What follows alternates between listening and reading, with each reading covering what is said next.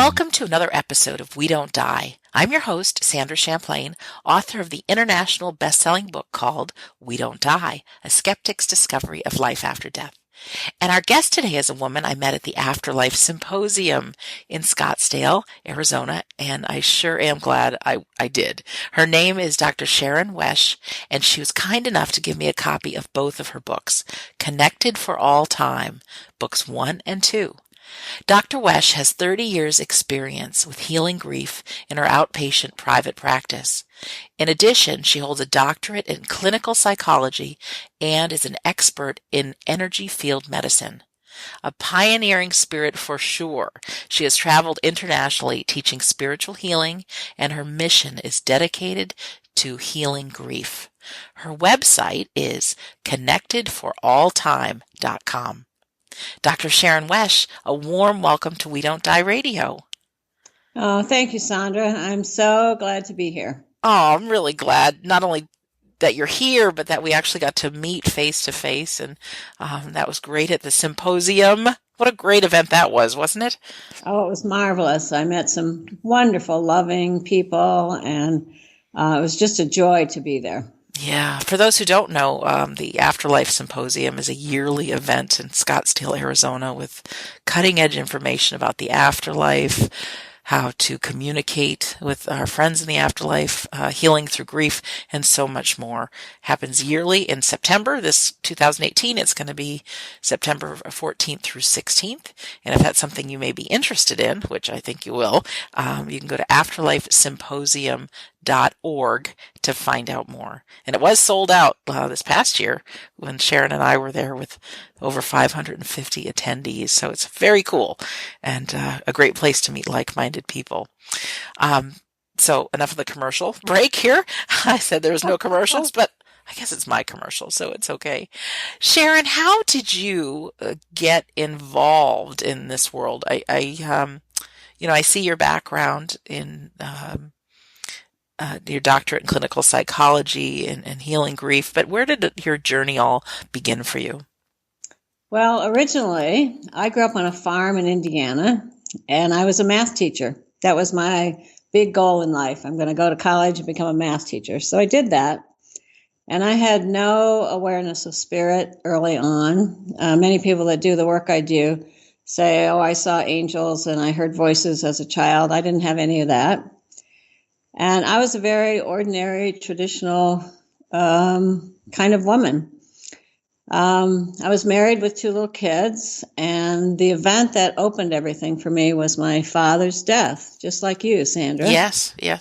Yes, and when my father died, I was about 36, was getting ready to go back and be a math teacher, and his death just upended me. I felt like God pulled the rug out from underneath me, and I couldn't find my grounding, my footing again. I got severely depressed and even was wishing I could go be on the other side with my dad. I didn't want to stay here anymore, but of course I had these 2 beautiful children, so I really couldn't leave. Right.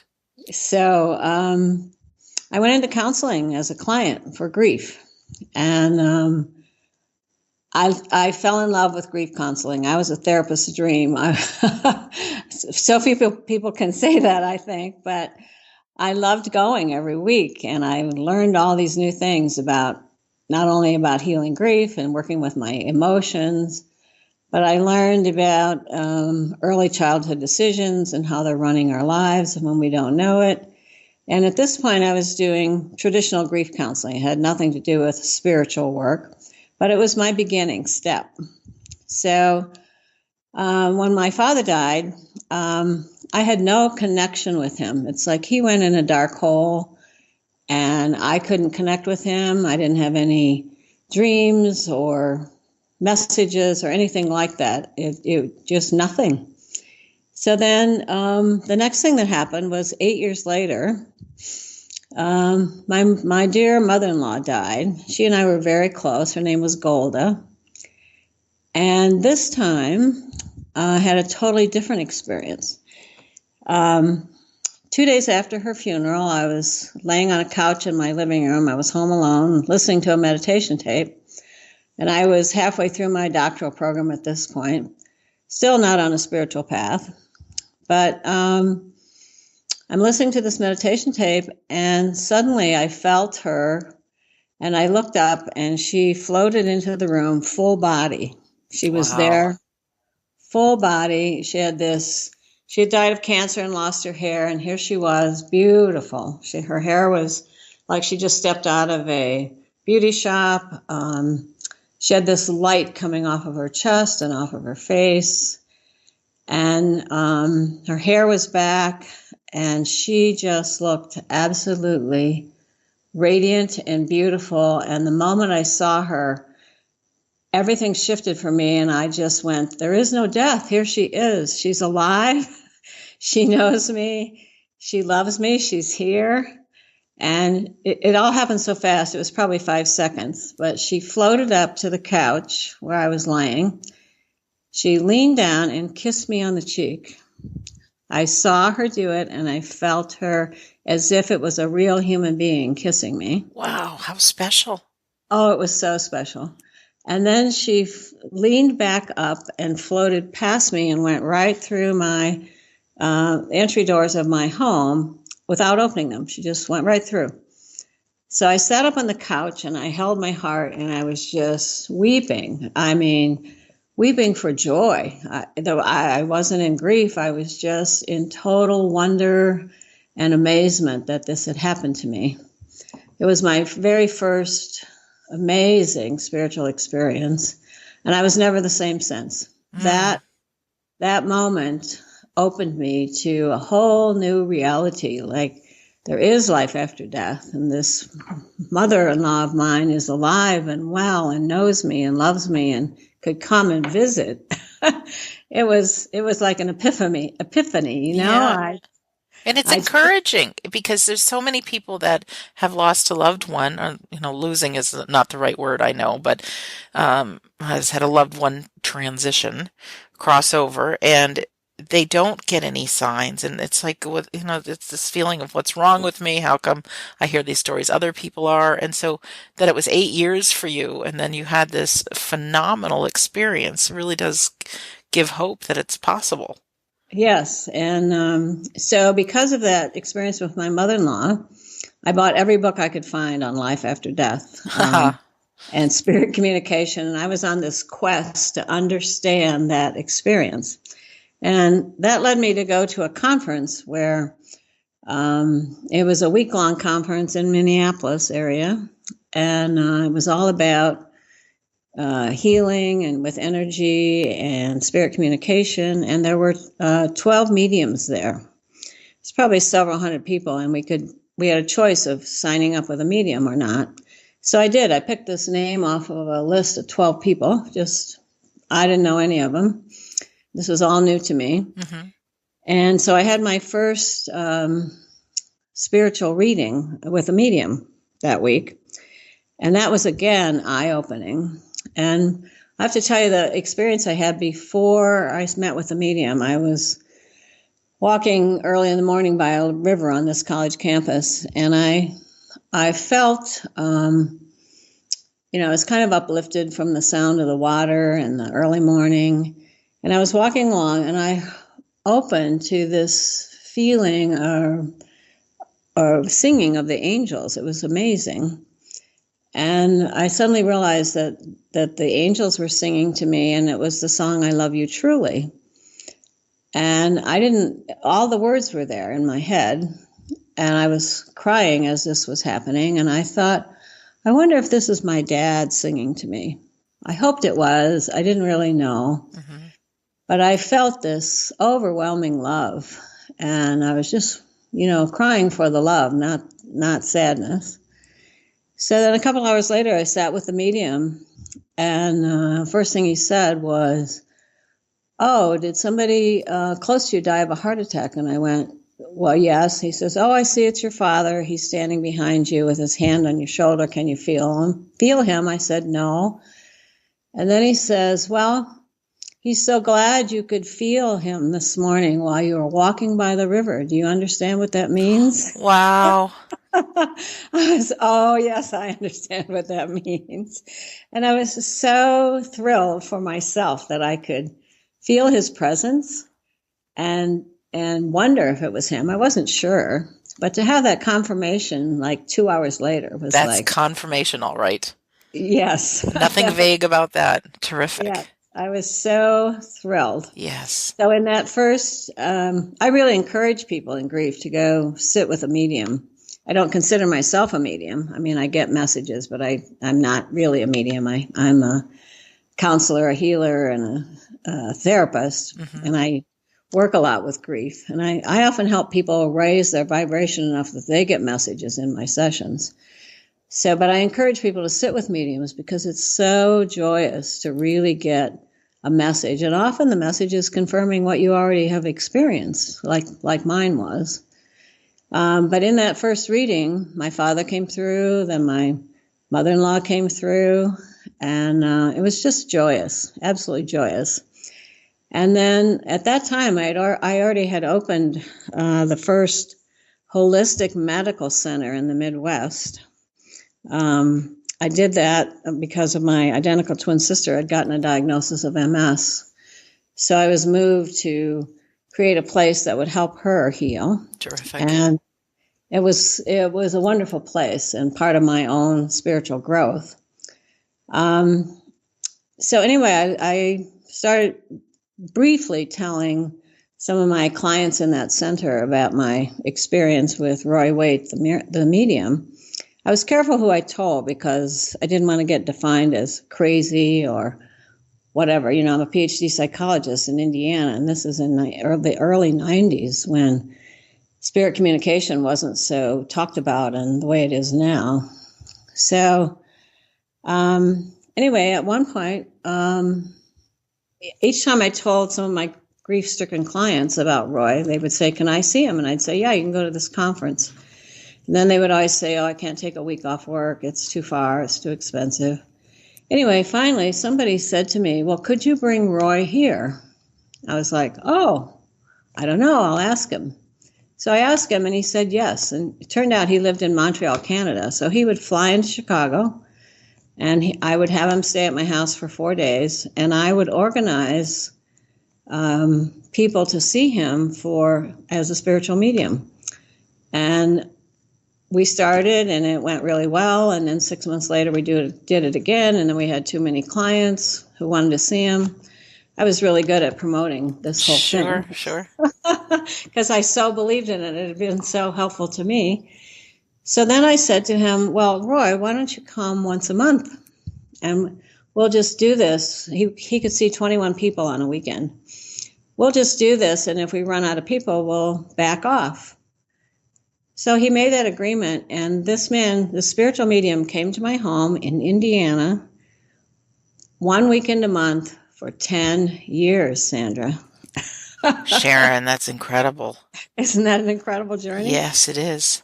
And so I would talk to people and convince them to come, and then he would do the sessions, and he would tape the sessions.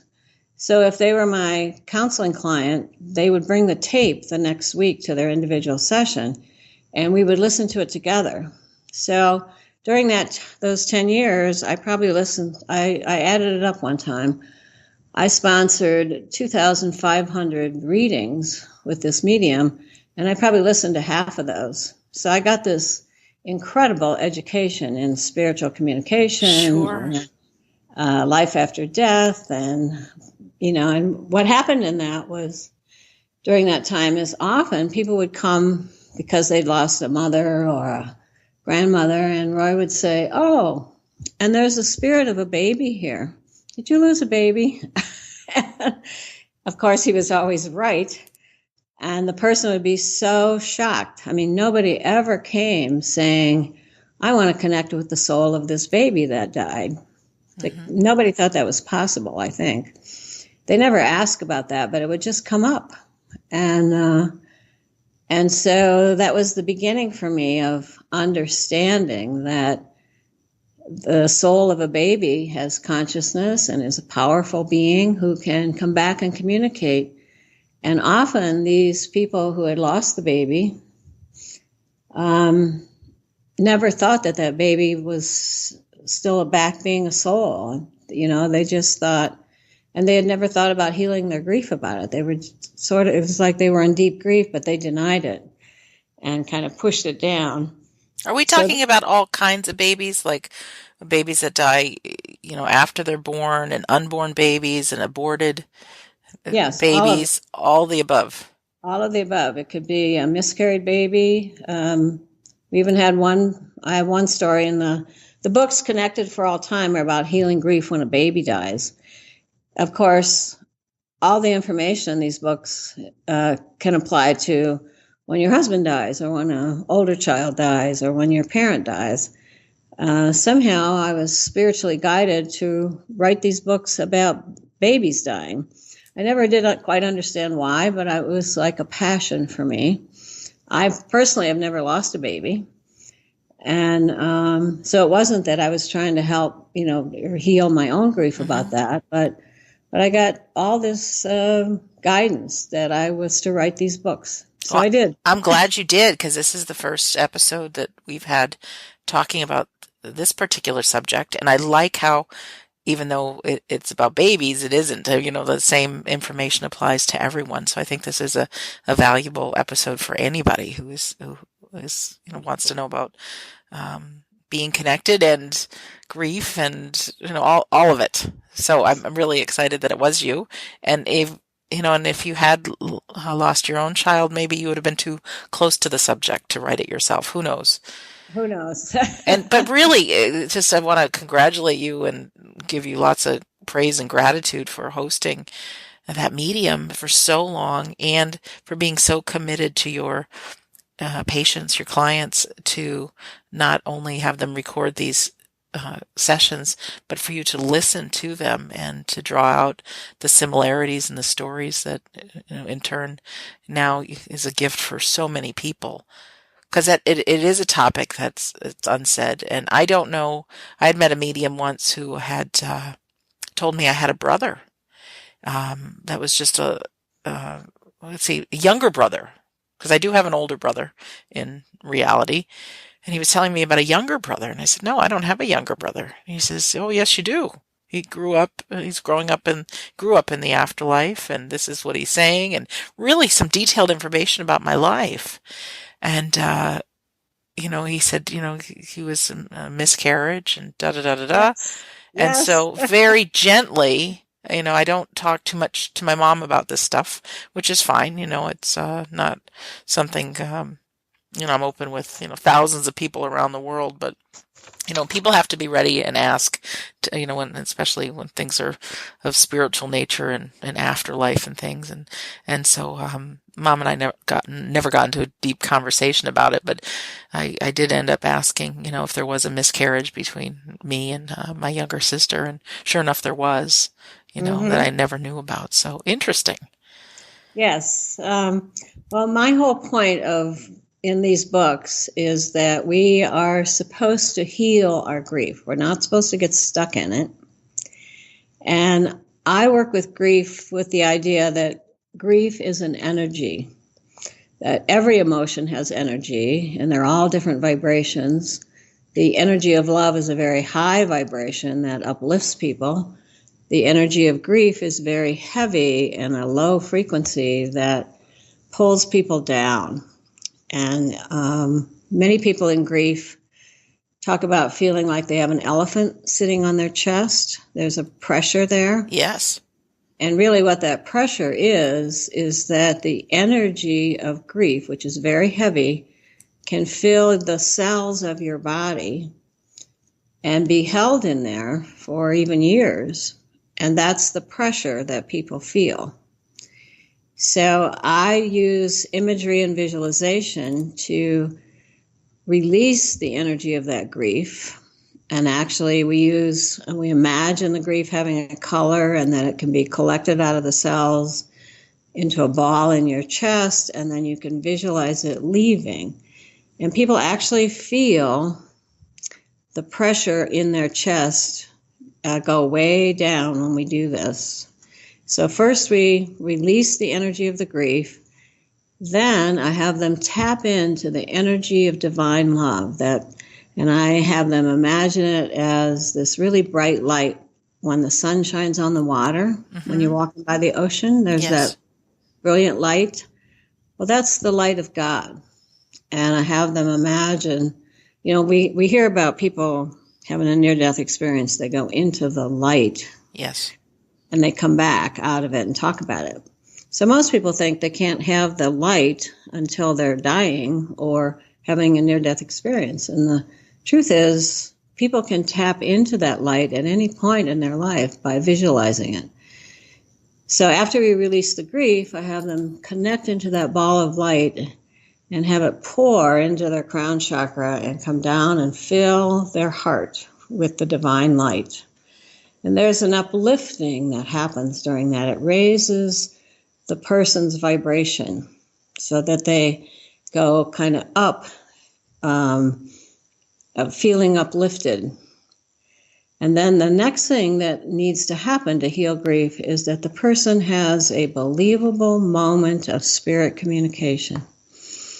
And to me, that is the key to healing grief. If you can connect into divine love and experience the light and have a vision or a message from your deceased loved one, whether that's a parent or a husband or a wife or a baby, that moment of spiritual communication is so healing.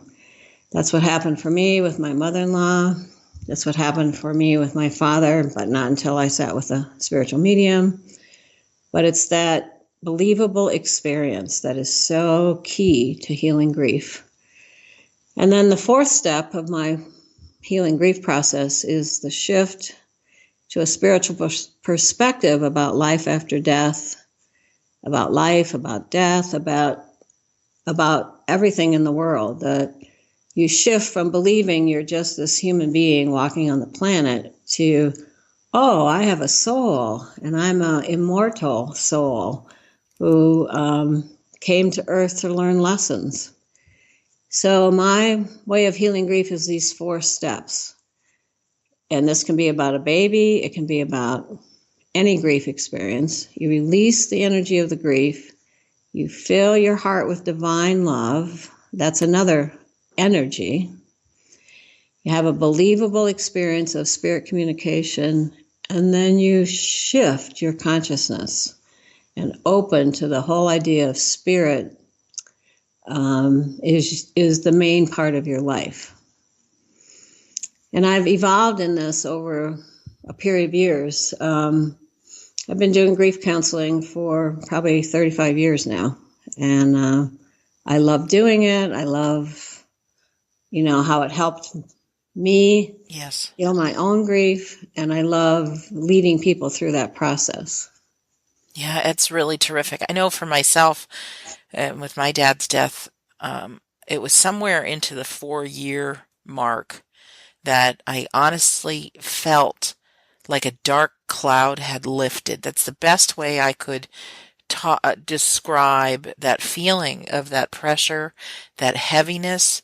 And so I like how you're describing it, that the heavy vibration of grief, because it felt like something was just looming over me, something heavy, until all of a sudden it was like, hey, where'd that go? Yeah. But if it doesn't have to take 4 years, and if there's a way to maybe not really fast forward through the process, because I know grieving is a process, but I really like that that's how you're teaching it. Is this those 4 steps in your books? Yes, they're in my books. Love it. Love it. Yes. Love it. And as far as raising the energy, I've heard it just from the classes and books that I've read, when we are in that real heavy energy, we are not vibrating at a rate, this is what I believe anyways, that we can easily communicate with the spirit realm, because the spirit realm vibrates at a higher energy. Is that correct?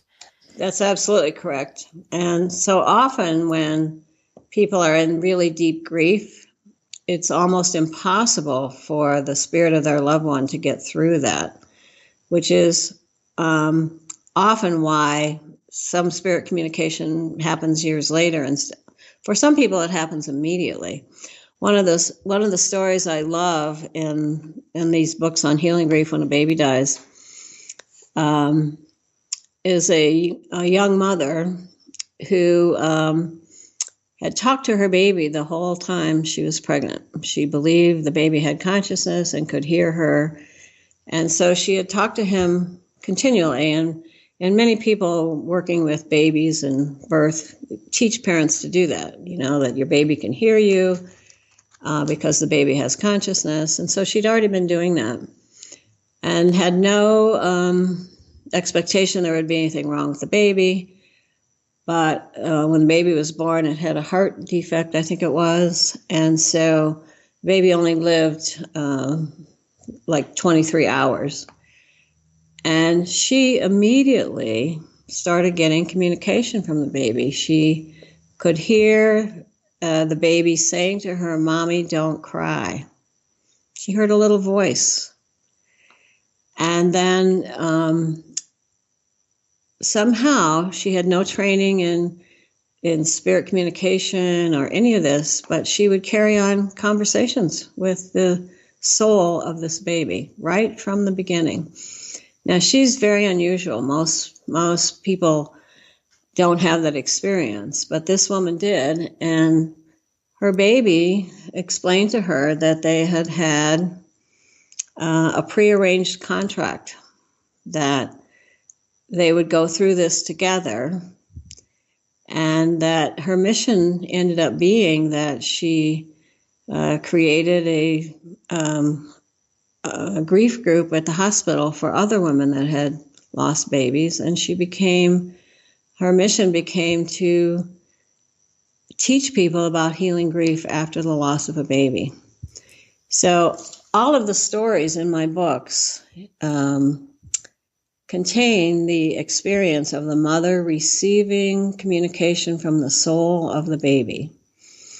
And whether that happens in a dream or whether it happens through a spiritual medium or direct communication like this mother had, it's all about helping people heal from grief rather than getting stuck in it, and understanding that they have to shift to a spiritual perspective about life in order for that healing to happen.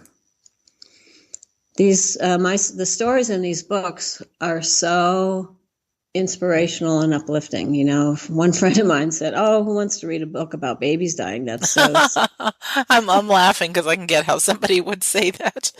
Yeah, that's so sad. I don't even want to read them. And I said, no. The stories are uplifting. They're full of joy and wonder from really the joy of spirit communication, and that these are stories of healing. They're not sad stories, and they're stories that carry the message that we are all eternal souls, and that when a baby dies, it's an invitation for the parents to heal, and it's an invitation for the parents to awaken spiritually, because every baby that dies, there was a pre-arranged plan for that to happen. It was an agreement between the soul of the baby and the soul of the parents and the rest of the family. And story after story, this is the message. We agreed to do this at the soul level before the parents ever came down to earth. And that the whole purpose of the loss of this baby is the spiritual awakening of the parents. And I was blown away when I started learning that. It's like, oh my God. Most parents people in general, when they go through grief, they start asking why. Yes. Why God did this happen to me? And I never used to have an answer for that when a client would ask me why. And now I know that the answer is for your own soul growth. Mm-hmm. That's why. And that at the soul level, you agreed to go through this. When I look at my own life, I believe my father and I had a contract that we would be very close. I considered him a soulmate. And that when he died, I would go through this devastating grief and find my whole new life, my whole purpose for this life of becoming a spiritual healer, having a mission to help others through grief, opening to spiritual energy work. And I think if my father hadn't died, I was like 36, 37 then, I don't know that I ever would have taken on this path. And so if I can think of my father's having a purpose that he would leave early, I would be motivated to heal my grief and open into a whole new way of thinking about life, opening to the idea of spirit exists. I'm a soul. I'm not just this human being going through life, climbing the ladder of success, earning money, whatever you think of in the material world. But I'm this eternal soul. I don't know that I ever would have come to those understandings if my father hadn't died. Yeah, I agree. I've got the same story. Yes. And, we read all these spiritual books. It's the same theory over and over again. And the message in my books on healing grief after an infant dies is that each parent needs to free themselves from suffering. We're not supposed to stay stuck in the grief. We're supposed to transform our grief into joy, the joy of spirit communication, of opening our hearts to spirit love. And when we connect with the soul of our deceased loved one, whether it's a baby or a father or a husband, that we have to raise our consciousness to be able to do that.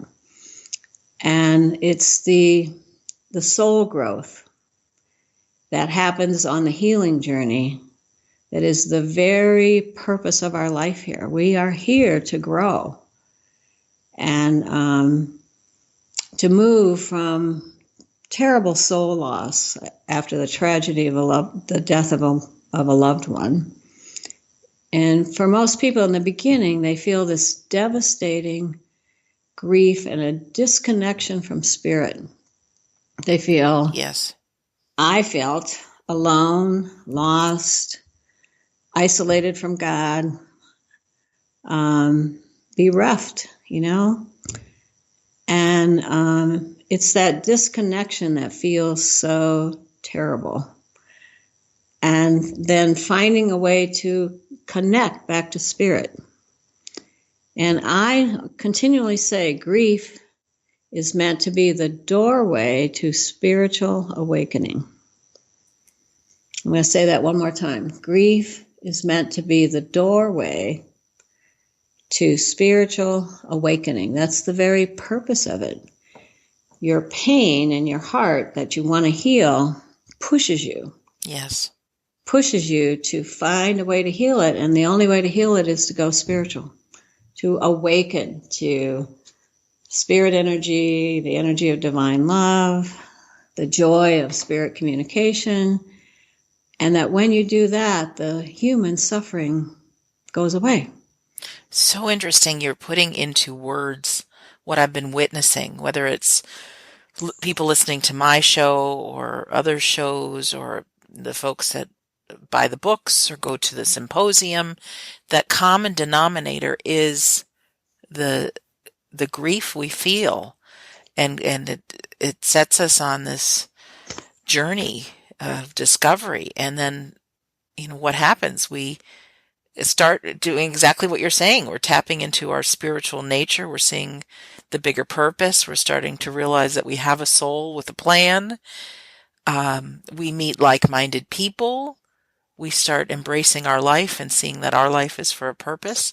And it does exactly that. And my listeners might have heard me say this before, but there's some pine cone that the only way that it can grow into a tree is if it's subjected to a fire, an intense flame and heat will crack open that outer shell that will allow that pine cone to grow into a pine tree. And I can't help but think that our intense suffering is the same thing.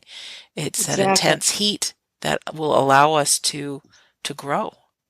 Exactly.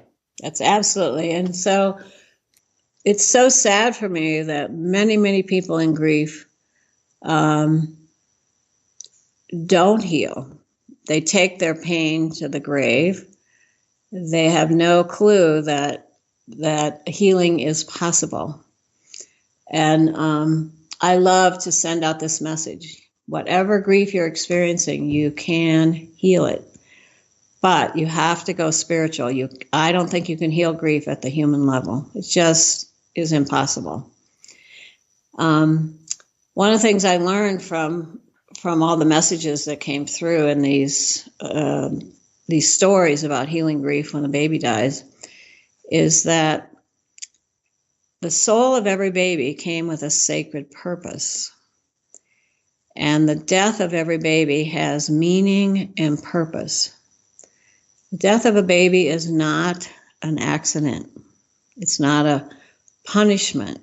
It's nothing that the mother or father did wrong. So many women that have miscarriages or the baby dies during birth or whatever the scenario is, they somehow interpret it that this is my fault. I did something wrong. Yes. And that is never, never true. The death of a baby is a prearranged soul plan.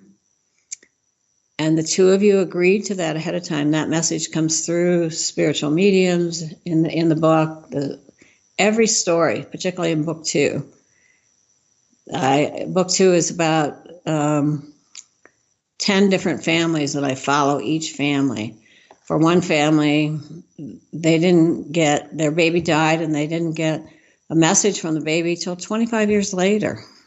Wow. The mother she became a hospice nurse because her baby died. So she was on her spiritual path and following her purpose, but she didn't understand that the baby was guiding her the whole time. And 25 years later, she sat with a spiritual medium, and the spirit of the little girl baby that died came through and said, I've been guiding you this whole process. And this whole thing was meant to be. And this couple evolved into sitting 5 years with the spiritual medium and all of them and learning spirit communication. And then they developed a spiritual healing center in Ohio. And so the death of this baby influenced their whole lives. And it's a beautiful, beautiful story of the sacred pre-birth plan that they had at the soul level, and them discovering the plan years later after the death of that baby. So for all of you who've lost a baby, you need to realize that baby is a very powerful soul. And you are a powerful soul, and that baby wants you to evolve and understand this whole death scenario from a spiritual nature. And I have to tell you, Spirit just guided these books. As once I set my intention to write the books on healing grief when a baby dies, I became the story magnet. Yes. And I would have these synchronistic experiences of even sitting in a bar, and a woman came in and I said, how are you? She sat down next to me. We're having a glass of wine. I said, how are you? And she said, oh, better now. I said, and as soon as she said it, I thought, I know what this is. I said, what do you mean better now? Well, my baby died 10 years ago today on this date. And I always, take the day to go be by myself. And she was sitting next to you. There she was sitting next to me in a bar. And she tells me this whole story. And so she ends up in my book. And the other thing that happened to me, I had all these stories. I was trying to figure out how to weave them together in in a way. And I was living in Phoenix at the time, and I decided to go up to Sedona, Arizona, which is where I live now. But I knew Sedona was a very spiritual place, and there's this place called Bell Rock that's supposed to be able to connect, into the spirit world easily. So a friend and I went there, and as we got out of the car, I noticed this. It looked to me like an American Indian man walking ahead of me, and he had a big drum on his back and a braid down over the drum. And I wanted to run up and talk to him, but I thought, I can't interrupt. So I didn't. So I went up on Bell Rock, and he went down underneath. And within moments of sitting down to meditate with my friend, he started playing this drum, and the woman that was with him was playing a flute. And I was, it was like having my own private vision quest. And so as he finished, we both came down from Bell Rock, and I ran over to thank him for playing the drum. And I found the most interesting moment. He said to me, "My name is Washan. I'm an Inca medicine man." And that he was from Peru, and that they had a special Inca way of working with the babies when the baby died. And all the people from Peru the Incas would bring their baby and bury the body at a special mountain called Pachatusan. And then he said, the spirits of these babies form a ring around the mountain. And if you're quiet when you're there, you can hear the babies singing. And they make this beautiful music. And then he said, all the Inca healer men and women have to go to this mountain and learn to communicate with the babies before they can become healers. Wow. Isn't that an amazing story? It sure is, yes. And he said that if people are sick, either in mind or body, they go to the sacred place of the babies to receive healing. And then he said, we want you and the world to know of the healing power of the spirit babies. And then I suddenly got the theme to weave all these stories together, because as I would finish a story, I would say, and the spirit of this little baby is acting like a healer for the family, just like the spirit of the Inca babies. And see, at this time in America, we don't have that kind of a story or idea that the spirit of a baby could be a healer. But what I found in every story in the books is that was true, that here in modern day America, the spirit of the baby becomes a powerful healer for the parents. Oh, that's terrific. I have often thought of, like you had said, that your book, even though we're talking about babies, it can be applied to any loss that we've had. But, I've known people that have lost little children, yes, toddlers, and the guilt that people can be overcome with. And by putting on the spiritual hat, so to speak, and looking from a spiritual perspective, that perhaps there was a plan in all this for what you yourself are going to learn, how you're going to grow, how your like pine cone is going to be heated up and allow for your growth. But I had this vision that these babies and these children are these superheroes, superhero angels. Yes, that are so advanced, and that they chose to come in this way and do this. And so it's easy on the earth human level to think, oh, this baby never had a chance, this child never had a chance. But wearing the spiritual hat, going, oh, they are one of the most evolved souls that do have this healing energy and the power to put people on their spiritual paths. So you're right, it's all about the perspective that we that we look at it. Yes, and I talk in my books about looking at life through human eyes and then shifting to looking at life through your soul eyes. And it's a huge shift in consciousness. See, our own journey here on earth is all about transforming ourselves, transforming our beliefs, and through that, evolving to higher levels of consciousness.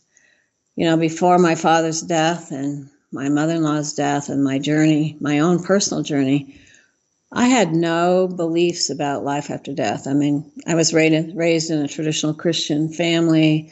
I believed in heaven. I didn't really know what that meant. I didn't even believe it was possible. I'd heard stories, but I didn't think it was really possible for spirits to come back and communicate. That was just beyond my belief system. But our whole nature here, our soul's nature, is to keep growing and learning, embracing spiritual wisdom and expanding our capacity to love. And to me, loving the spirit of your baby when there is no physical body is the ultimate in expanding your ability to love. One of the stories in the book is about this baby that dies, and the grandfather is a Vietnam pilot during the Vietnam War. And when that baby was dying, this is going to make me cry. It's okay. Yeah, this ordinary guy, a Vietnam pilot, decided he would take the night shift and he would stand by that baby's bed all night long so that the baby would never be alone. And he would read stories to that baby that was unconscious in a neonatal intensive care unit. And I was like, this baby opened this man's heart. He was probably 60 when this was happening. Mm-hmm. And his journey through the loss of this baby transformed this Vietnam pilot.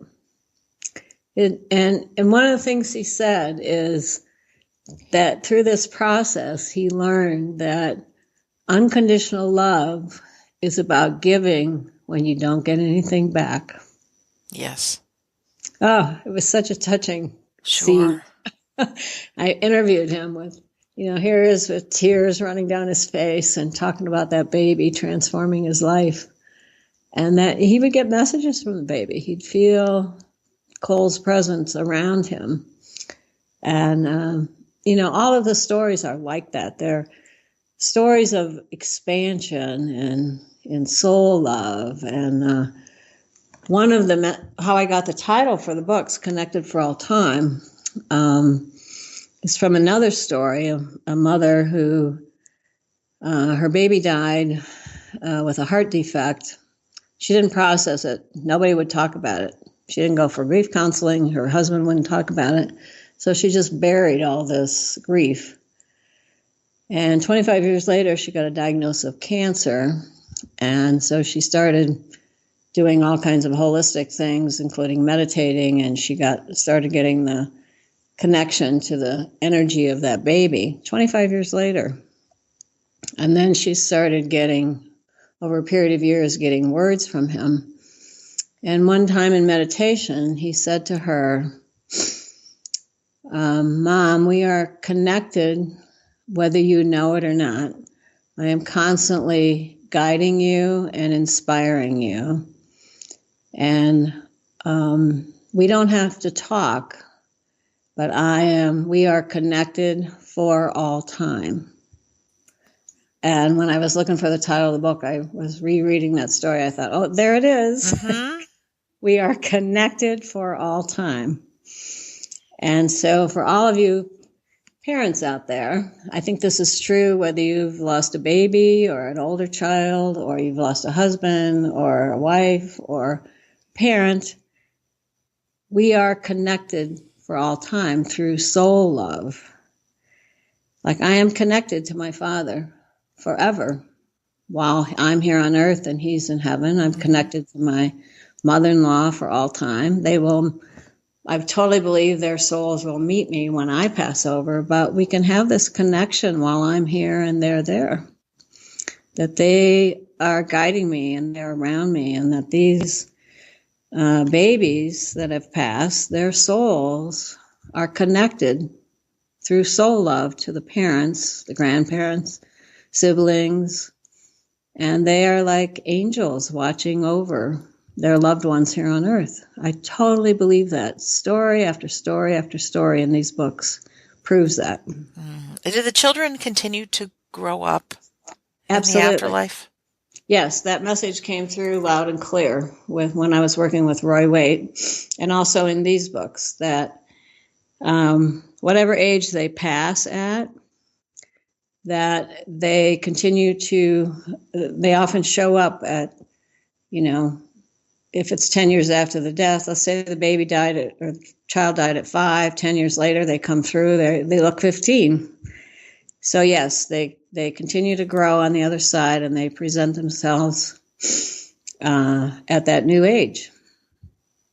Oh, wow. It's beautiful. Yeah. It is. Sharon, I know I hold in my hand the 2 books of yours, which are beautiful. Where can people find your books? They can get them from me directly. They can go on the website, connectedforalltime.com, or they can send me a direct email at my name, Sharon Wesch, at yahoo.com. And Sharon is Sharon, Wesch, Wesch. So it's my name at yahoo.com. Oh, fantastic. Fantastic. Wow, this hour has gone by pretty fast. Is there anything I haven't asked you or you haven't shared that you think you still want to share? I mean, I know there's more because you have 2 books full of information, I but could talk for days. Yes.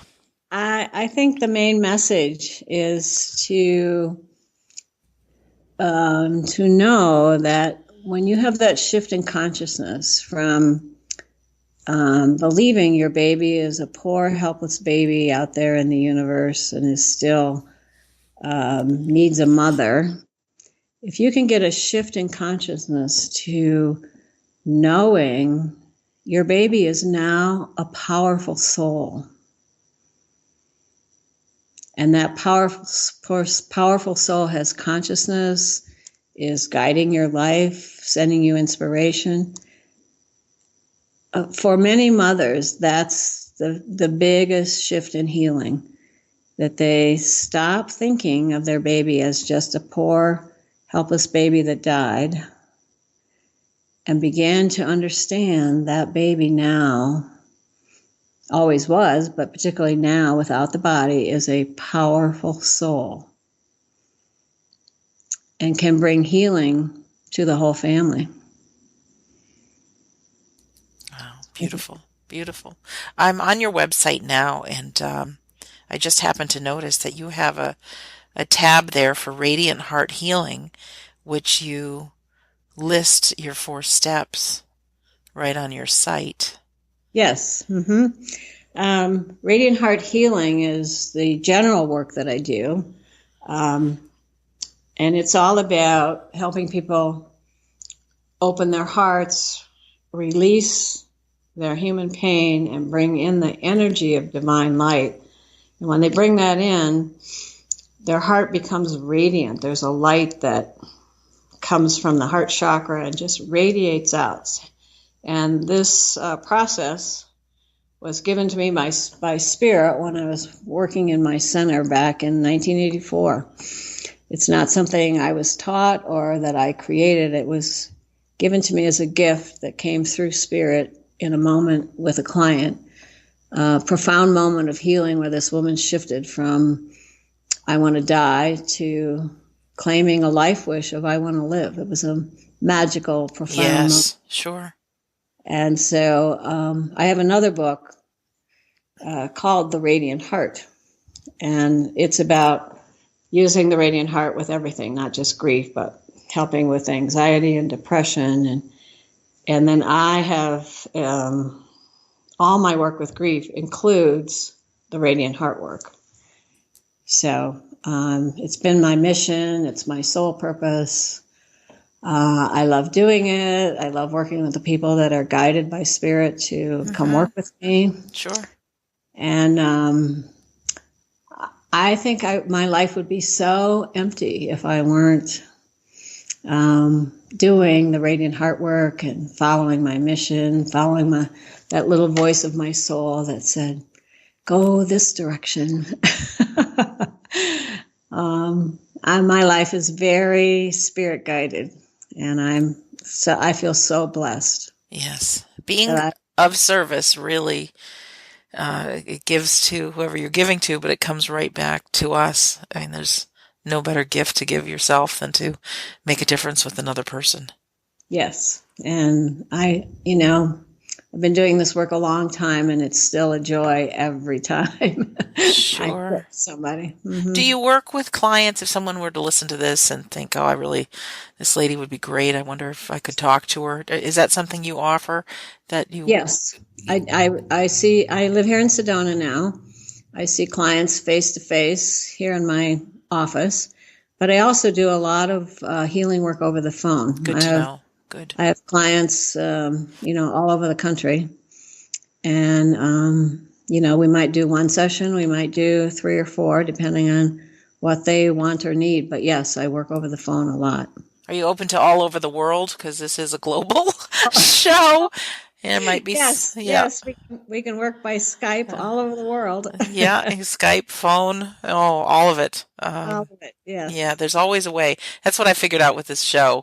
There's always a way to contact people. There's no matter where on the planet they are. And that's really good to know, because I know for myself, there are certain people that I've spoken to that have really resonated to me that, that's somebody I'd like to talk to. Others not so much, but that's okay. One size doesn't fit all, so to speak. But it's nice to know that's offered, should somebody wish that. But again, your website is connectedforalltime.com. And there you can find Dr. Sharon Wesch's books, how to contact her, the 4 steps that she spoke about earlier. And Sharon, this has been a really, I'm really grateful for this episode for me personally, because what I got out of it the loudest is that grief is as terrible as it may feel when we're going through it. It is a gift that set me on my spiritual path. And by meeting you at the symposium and so many of the listeners that I've finally got to meet some people face to face, and to get that these are people that I'd like to have as best friends for life, that we can talk this lingo, and it's such a rich life looking at our spirituality and really by shifting our view to spirituality as opposed to just being human, so yeah. So Sandra, I honor you for doing this show and for your book and the work that you're doing to help so many awaken to their spirituality. It's really a wonderful service that you're doing for all of us. Mm-hmm. Thank you very much for that. And I found my purpose out of my grief. Yes, me too. Yeah. To me, that's the whole message. Yeah. Is don't get stuck in your grief. As you heal it, you will find purpose in it. That's why it's so valuable, whether it's shows like my show or Roberta Grimes has a great show. Victor and Wendy Zamet have an afterlife report that comes weekly. Going to things like the symposium, other groups, other books, talking to you on the phone, or Skype, or any number of people. To not get stuck in your grief really means to reach out and be supported through it. Being alone in our head is the worst place to be. I'm convinced. Not a good place. Not a good place. I agree. There's a good place. There's help all around. All around. Reach out and ask for it. Yeah, and find something that interests you and follow that. So many of my episodes, some people are like, well, that one's not for me. Well, this one really is. And it doesn't matter. You find the thing that seems to light you up and follow it. Oh, so Dr. Sharon Wesch, thank you for being our guest today. Thank you, Sandra. And for our listener, thank you for spending this hour with us. And I know it's been a value to me, and that's how I gauge them. If they're a value to me, I think they are for you. And as always, our home base is WeDon'tDieRadio.com. And if you are somebody who's suffering from grief, know that there's more than hope, that you are probably going to set sail on a great spiritual path. But I do offer a free audio called How to Survive Grief that you can get at WeDon'tDieRadio.com, as well as listen to all past 200 and some episodes. As a support group, we also have our Facebook group. If you're a Facebook user, you can go to We Don't Die List, or you can type in We Don't Die Listeners into the search box and join us and share with us where you're at. And we are all speak the same language of believing in the afterlife and hope and how to connect with our loved ones. And I'm really excited to share this episode, Sharon, with the Facebook group. They'll really love it.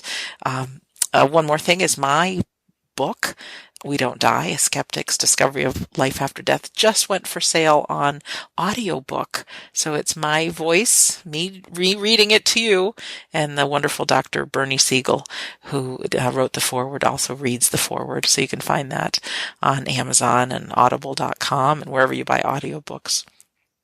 So in closing, my name is Sandra Champlain, and I've been your host this past hour on We Don't Die Radio. I do believe that life is an education for the soul, and that your life here on earth is important. So take a few minutes, go visit Sharon's website, connectedforalltime.com. Really, really a beautiful woman and beautiful words in her book. So I want to really thank you for listening, and we'll see you soon.